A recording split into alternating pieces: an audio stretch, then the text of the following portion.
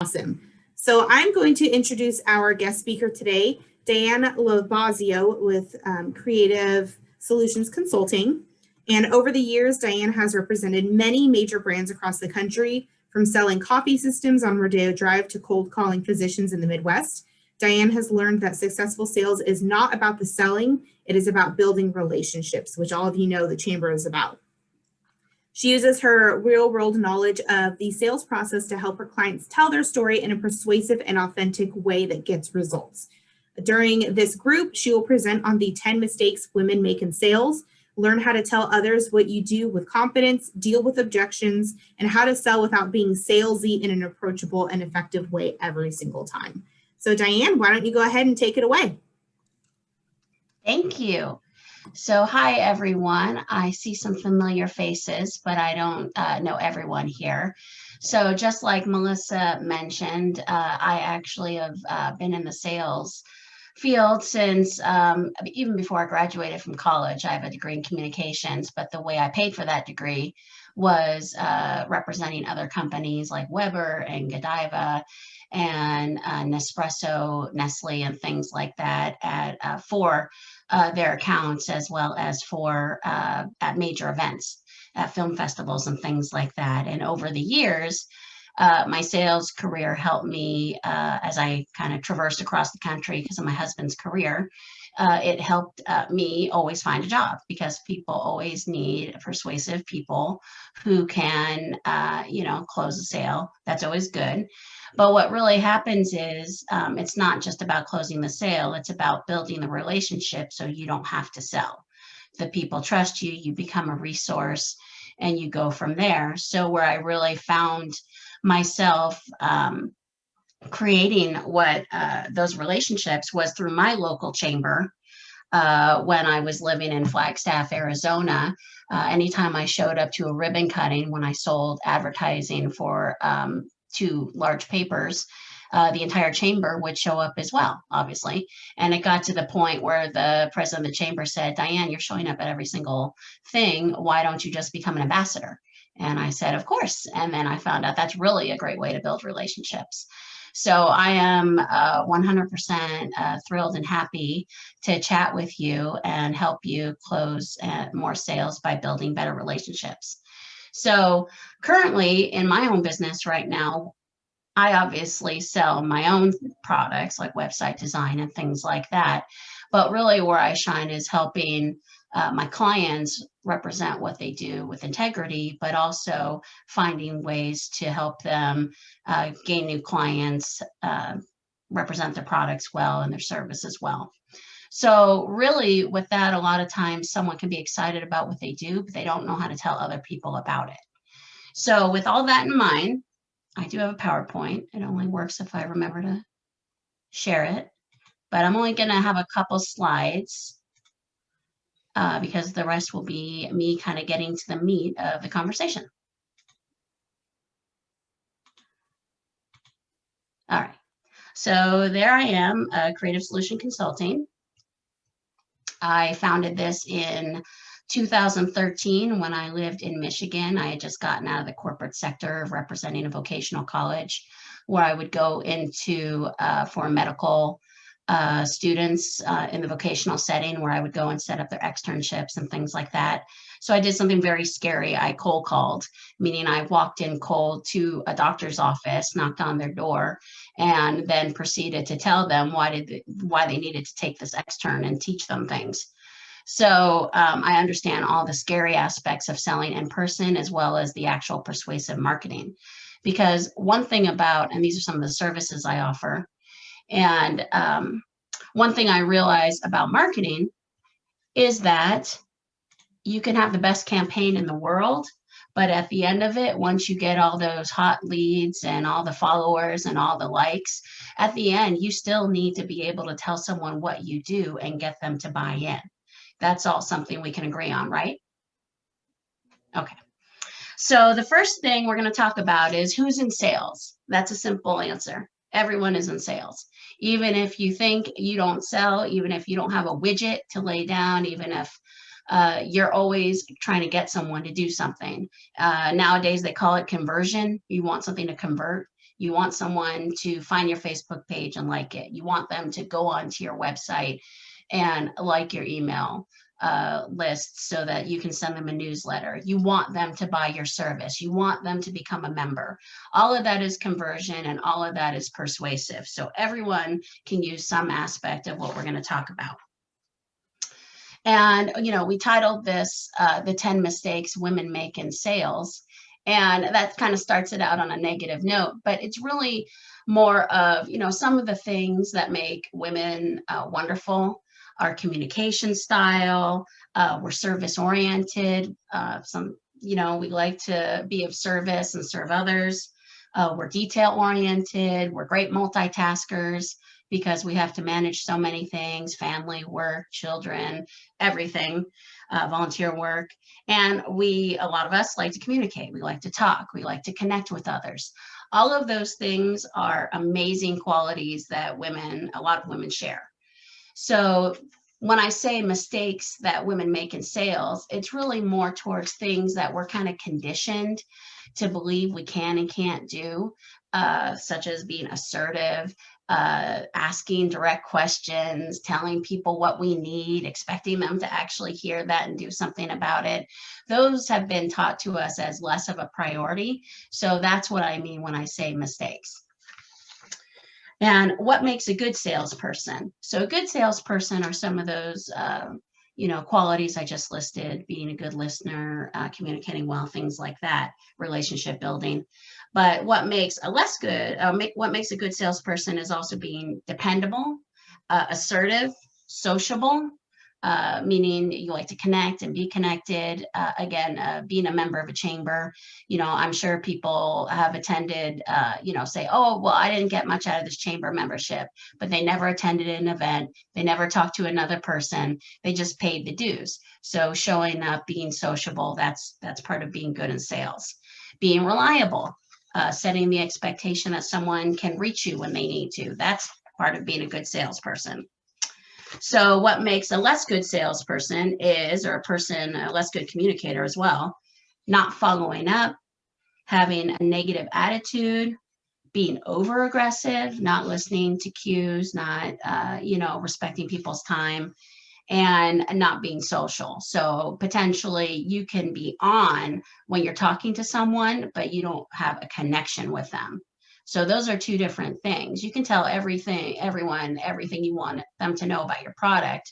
But as soon as you do that, if you immediately disappear into the ether, then that's not someone they're going to want to create a relationship with. So we're going to get into the mistakes. I'm going to try not to go too fast, but please know that I'll have a list of the summary of these things at the end of the talk. So one of the big mistakes I see as a mistake in sales is vomiting information. So what does that mean? That means telling them everything. You know, I grew up in a small town, and, you know, I've been doing this for so long, and I have this client, I have that client, and, you know, this product, and they list every single product they've ever had in the course of man. And the issue you have with that is that people tune out. If people didn't have a great attention, you know, to detail before, they certainly don't have it on Zoom. I'll be really happy if we get everyone to last the 20 minutes that I'm talking to you. So really just making sure that you know why you're talking to the person and that you keep it on topic and don't tell them everything under the sun, that you have more than one opportunity to build that conversation. If you're building a conversation and that relationship with someone, you shouldn't have to vomit everything out at once and then run for it. It should be built over time. Another thing that regarding vomiting information is being negative about your business. If you're having hard times, if you're not sure of what you're doing, don't tell them that. They don't know. You know, I could have a dumpster fire going on behind my computer. You will only know if I tell you. So don't tell them unnecessary negative things. You're just starting out. You're really unsure. Unless something breaks in front of them, keep that to yourself. As far as they know, you are confident and you do this all the time.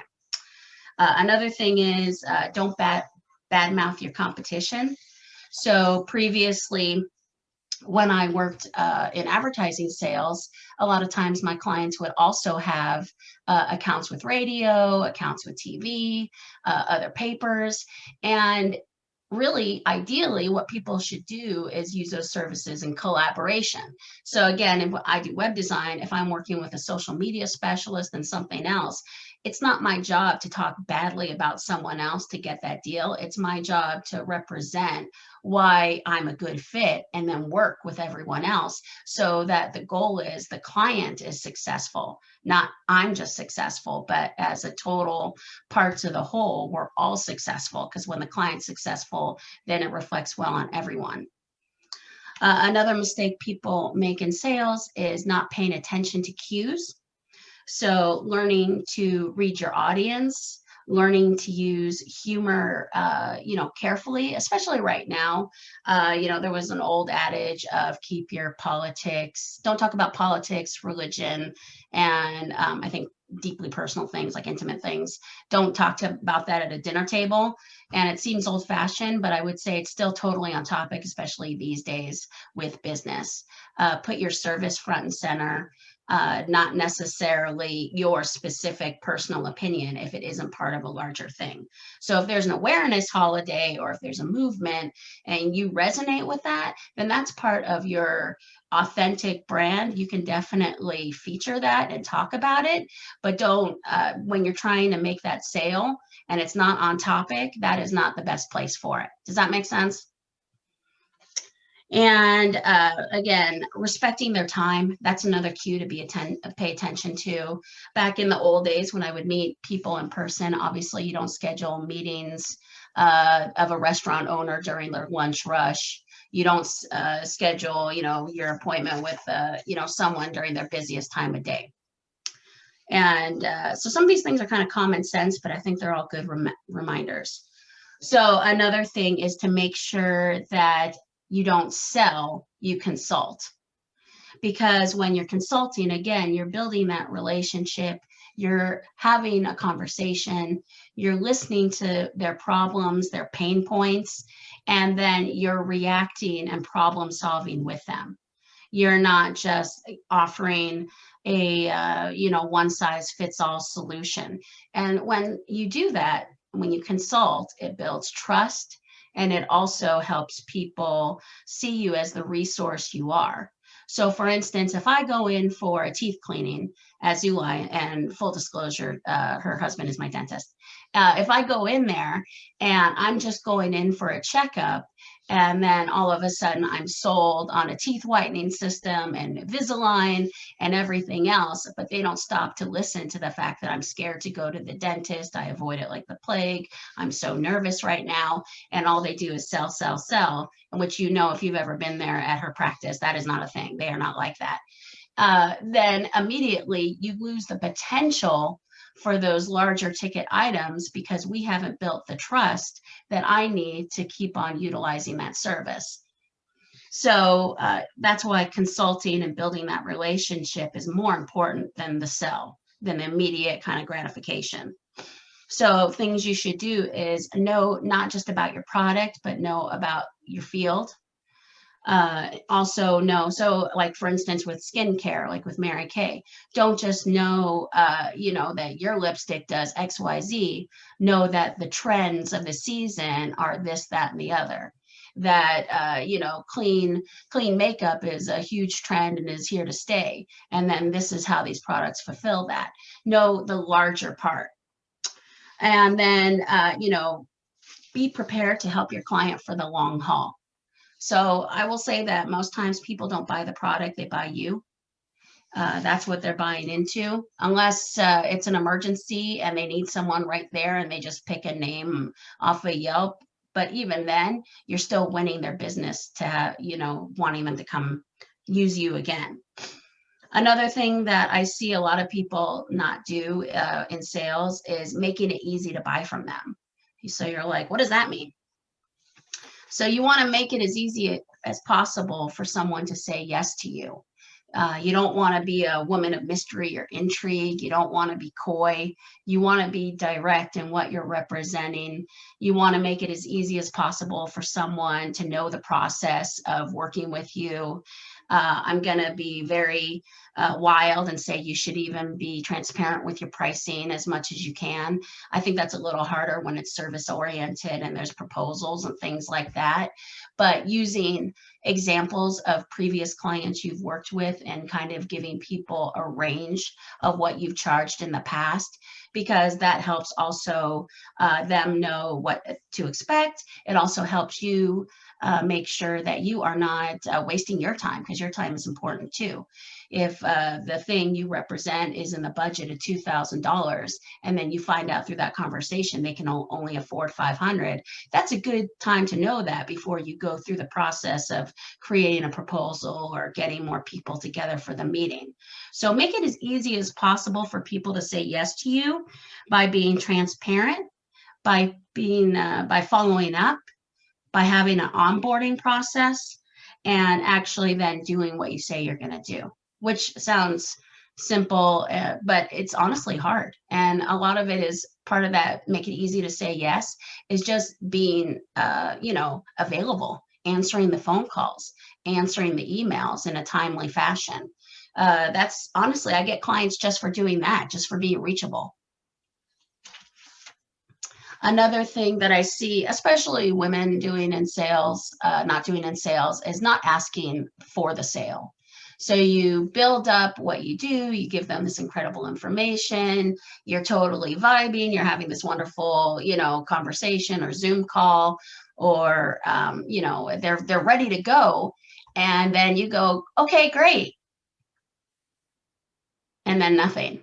And then you leave and you wave. I don't know, the awkward Zoom wave. You wave and then you just go. But what really needs to happen is, again, that's part of you like dictating the sales process. You need to ask for the sale. So things you can say are, and the next step is, that's nicer than saying, are you doing this or not? So the next step would be me doing a proposal. The next step would be me figuring out when you would like to start. So assuming that sale. So even if you have to write it down on a Post-it or remind yourself, before you say goodbye and thank people for their time, make sure you do something where there is an action that one of you has to complete. So at least you know where you stand. So if you get that information back of, we're not ready to start, but I think we'd be ready in 2 or 3 months, then you know what? That tells you how to schedule yourself and also when to follow up. If you get, a lot of times I think if people don't say yes, it's because they haven't had all their questions answered. Maybe they have a cost question, maybe they have a process question, maybe they're still getting other quotes. All those things are, totally acceptable. So another thing to ask when you're asking for the sale is, when would you like to start, or do you have any other questions? Because that's asking 2 yes and yes questions, not a yes and no question. Does that make sense? So you're not asking, so is this something you could see yourself doing? That kind of dead ends if they say no.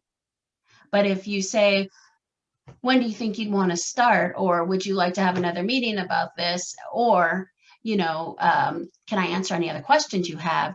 That gives them an opportunity to ask more questions, and it gives you an opportunity to suss out where they are and make sure that, they feel fulfilled in the entire process. So that's a big one, I think. And the next thing is selling something that's already been sold. This kind of comes back to what we just discussed.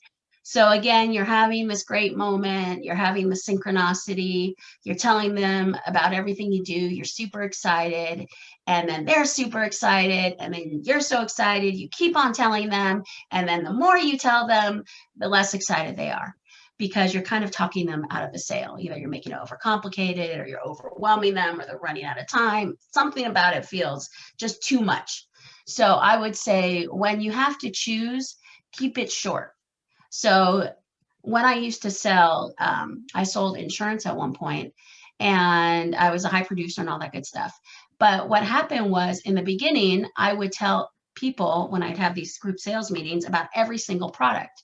Every single product. So the excitement they felt about the first policy, how do you think they felt at the last policy? They were in a coma. So you want to make sure that you are specific to what you're meeting about, the reason you're meeting, and keep it there. Stay in your lane, and then don't overwhelm them with too much information. So when in doubt, I politely say, shut up, stop what you're doing, and then go to the asking for the sale. Another thing is not being consistent. So if you say you're going to call someone back, call them back.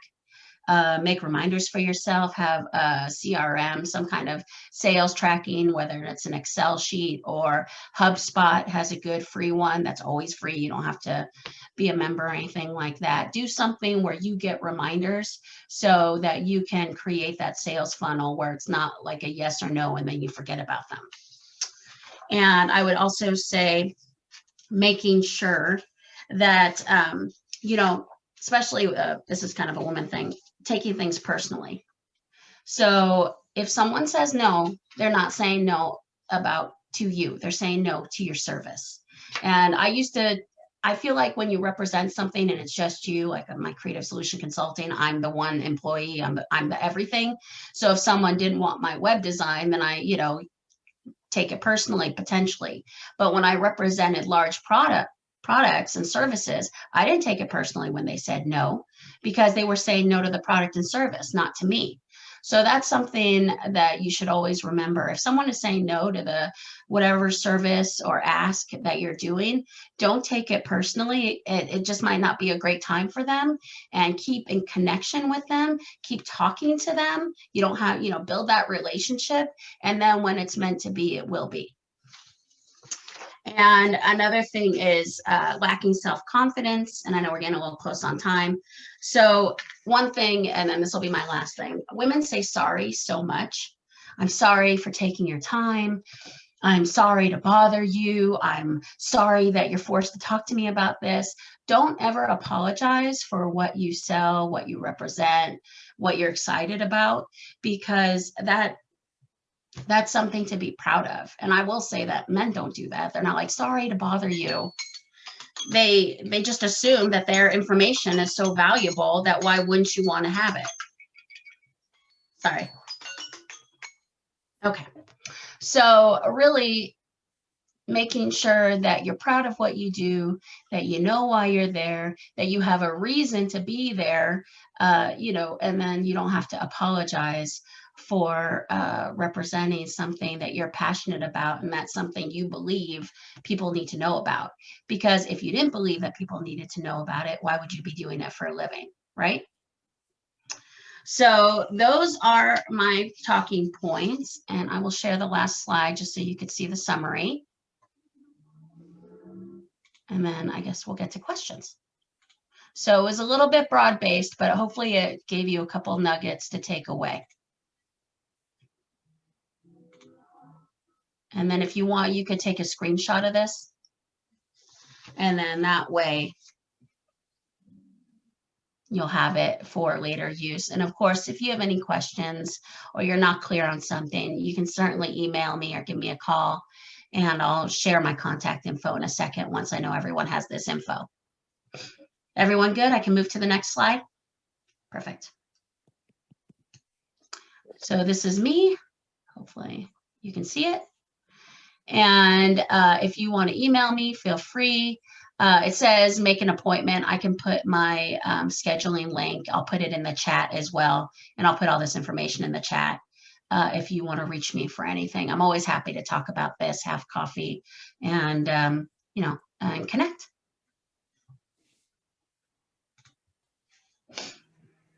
Great. Thanks, Diane. Does anyone have any questions for her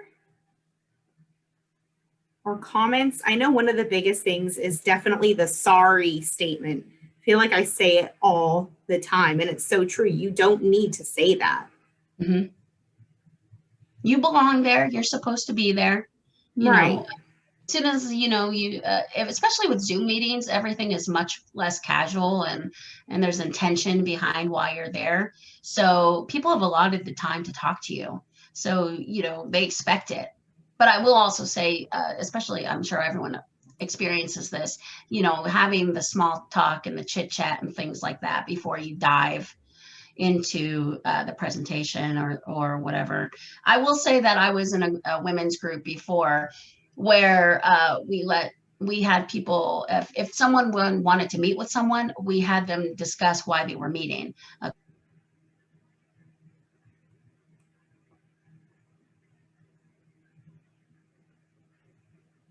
That someone wasn't blindsided by sales presentation. I think that's the only kind of negative. So if someone thinks they're making a new best friend and then all of a sudden they're getting a 5-point discussion of why they need your service, then that's not good.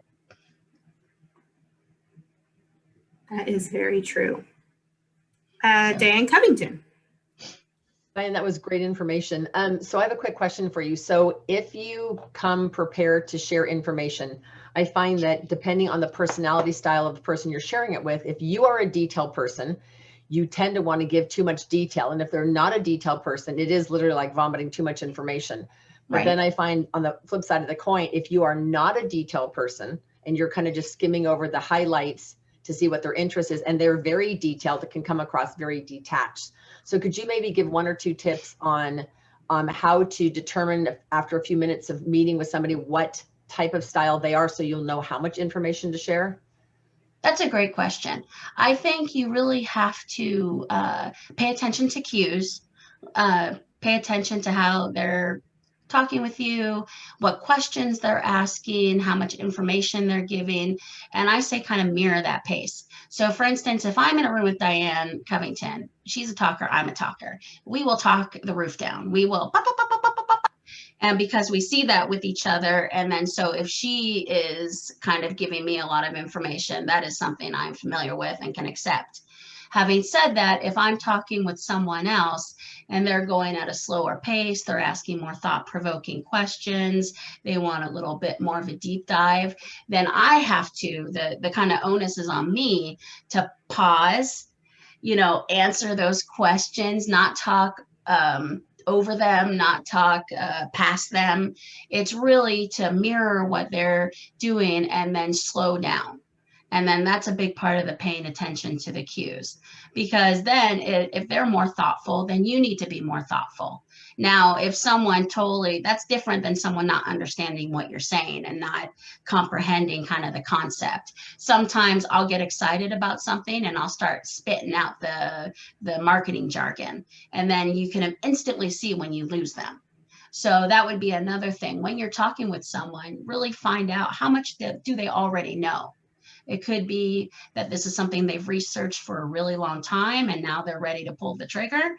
Or it could be they've really never thought about it. Someone told them they should do it and now they're totally overwhelmed that you're in front of them.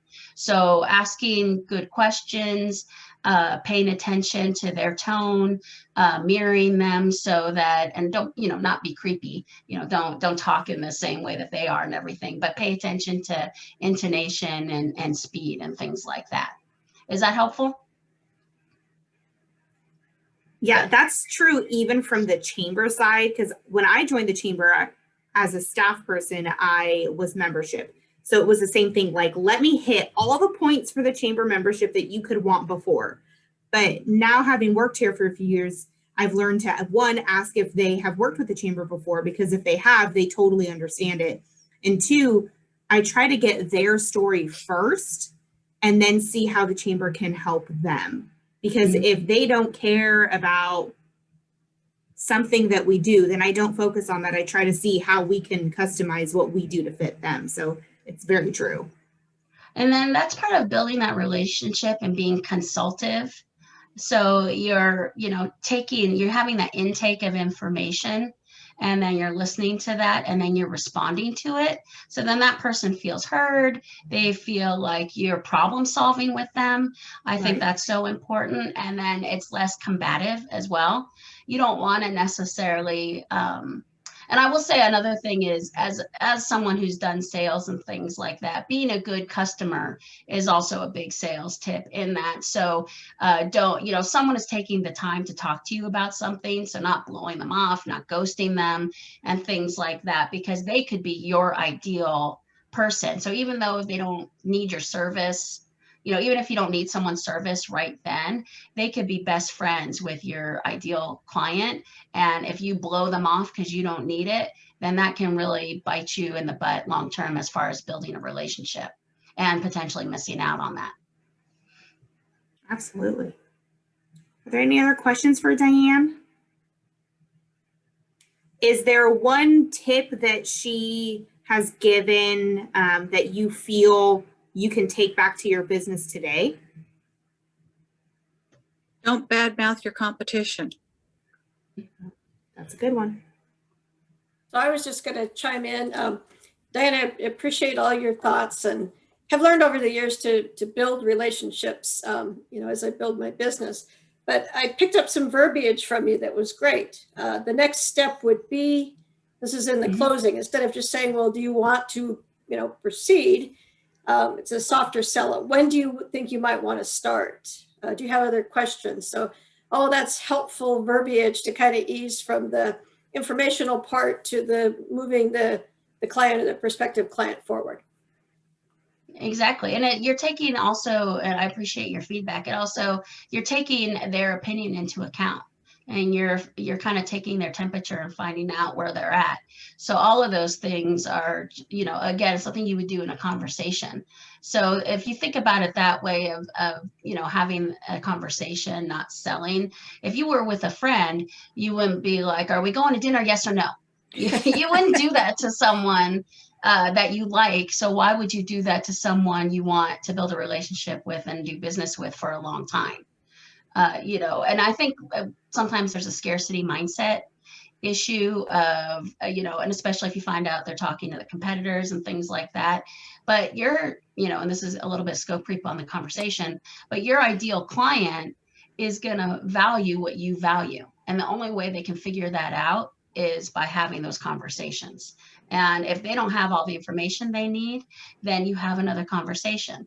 Now, having said that, if the person never intends to use you ever, and they want just friendship, then at that point you figure out if that's where they fit in your life, and that's wonderful. I have some excellent people that I know through, they didn't need my service, but we had a lot of other things in common, or power partners or things like that. So we have formed a natural, organic, friendship and things like that. So I would say don't discount that too. And that would be another tip. Don't blow someone off when they say no to you, because at some point someone's going to say no to you. Don't be like, we're done. Because they still might want to hear how you're doing. They might still want to keep in communication. I know you're not ready for this right now, but do you mind if I add you to my newsletter? And they'll be like, oh, well, that's a much smaller ask. I'm all in. And then that way they can still advocate for you over time. Right. Well, or continue to build the relationship, because being in finance, I sometimes find somebody's just kind of poking around for a second opinion. But, I really like my current advisor. And I just leave the door open. It's like, that's fine if anything ever changes. Yeah. Exactly. Yeah. And then and then that's the best thing, because then you're open and approachable, and then you'll become more trusted. So when they're ready, you'll be ready. Right. Awesome. A couple comments in the chat to kind of go along with what we were just saying. Zulai has said, I've asked or mentioned to be respectful of your time. Do you need us to be done within a certain time? And are there certain points you'd like me to cover first? That's, just get it out there to begin with and say, hey, is there something we need to cover while we have the time? That's a great idea as well. Mm-hmm. Another comment, my biggest fear is asking someone to close. The next step is a super helpful tip. I think that's something good for everyone to remember. And we've seen it at the chamber. People don't close immediately. I've seen members that I've met a year before, and then they close in a year. So just keeping that conversation going. And then Callie said, the mirroring and moving of the client's pace is key. Such a good tactic to generate a relationship at a level the client is comfortable with. That's a good tip to remember as you're talking to potential clients. Because that means you're seeing and hearing them. That's all we want. We all just want to be seen and heard. And a lot of times, especially in the age of the internet, of the interwebs, when you can do so much research before, a lot of times by the time you're meeting someone, you're just trying to confirm something. You're just trying to confirm that they're your person or confirm a price or things like that. So, but it's still nice to know that people hear you and are taking your concerns in stride and trying to make sure that they are all that you need them to be. Absolutely. And sometimes too, you can create new ideas, or that person that you're talking to might have already known of something that someone else did that they can say, hey, this person did this and it worked for them. It's a good idea for you to look into as well. Mm-hmm. And I would also say that brings me to the point of being clear about what you do. If there's something, if it's a service and it's a little bit of a scope creep, it's not your specialty, don't try to make it your specialty unless you really want to do it. I see that where all of a sudden you're like, oh, this is my lane, this is what I specialize in, but they asked me and I don't want to disappoint them, or I don't want to say no to that money. But then what ends up happening is you end up resenting that thing, honestly, forever.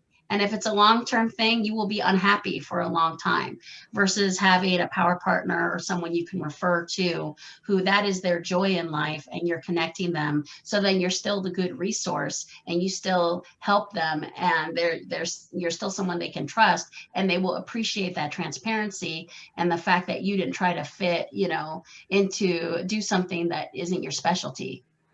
Absolutely. Linda, you have your hand raised?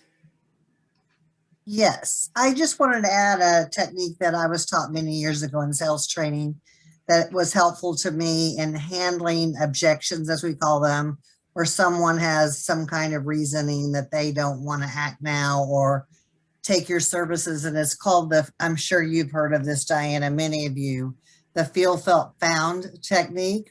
And basically what it is let's say you're presenting whatever it is you're selling to a client and their objection is, it could be they don't like the price, they don't want the timing, anything. But what you would basically do is, first of all, start with, I understand exactly how you feel, Diane.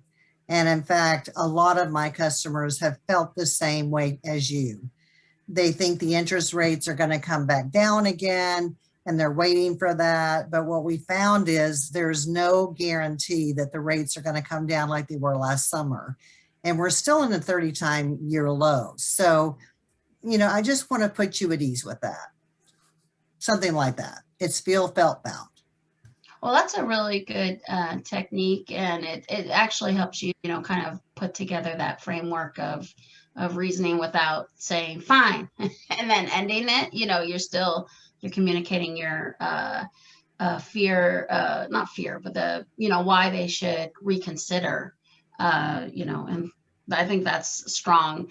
I think a lot of times people, they need to asking questions. So this one objection being price, if people have a price objection, it's because they haven't realized the value you present.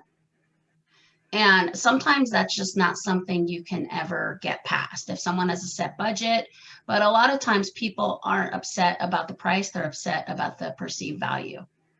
So if they think, if having an all-in, like if it's flooring or something, having an all-in-one service and only dealing with one person and having your furniture moved and having a 50-year warranty and all these things, some people for that, if the value is there for them, then they honestly don't care about the price. And then there's that other person who they have a budget of $5,000. They don't care if it's below, they can't go above no matter what. And all they care about is that. And those people, you're not going to move, but then potentially you have to realize those aren't your people.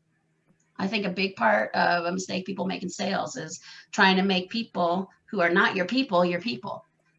So you have an ideal client for a reason, and having to kind of discuss the value of what you represent, making sure people know that that's a positive. Trying to convince people when they're resistant and they've already made up their mind, that's a waste of your time. Even if you're the best person, past a certain point, if it's that hard of a sell, then go to the people who have their arms open and are waiting for you. And there's more of those than there are the no's.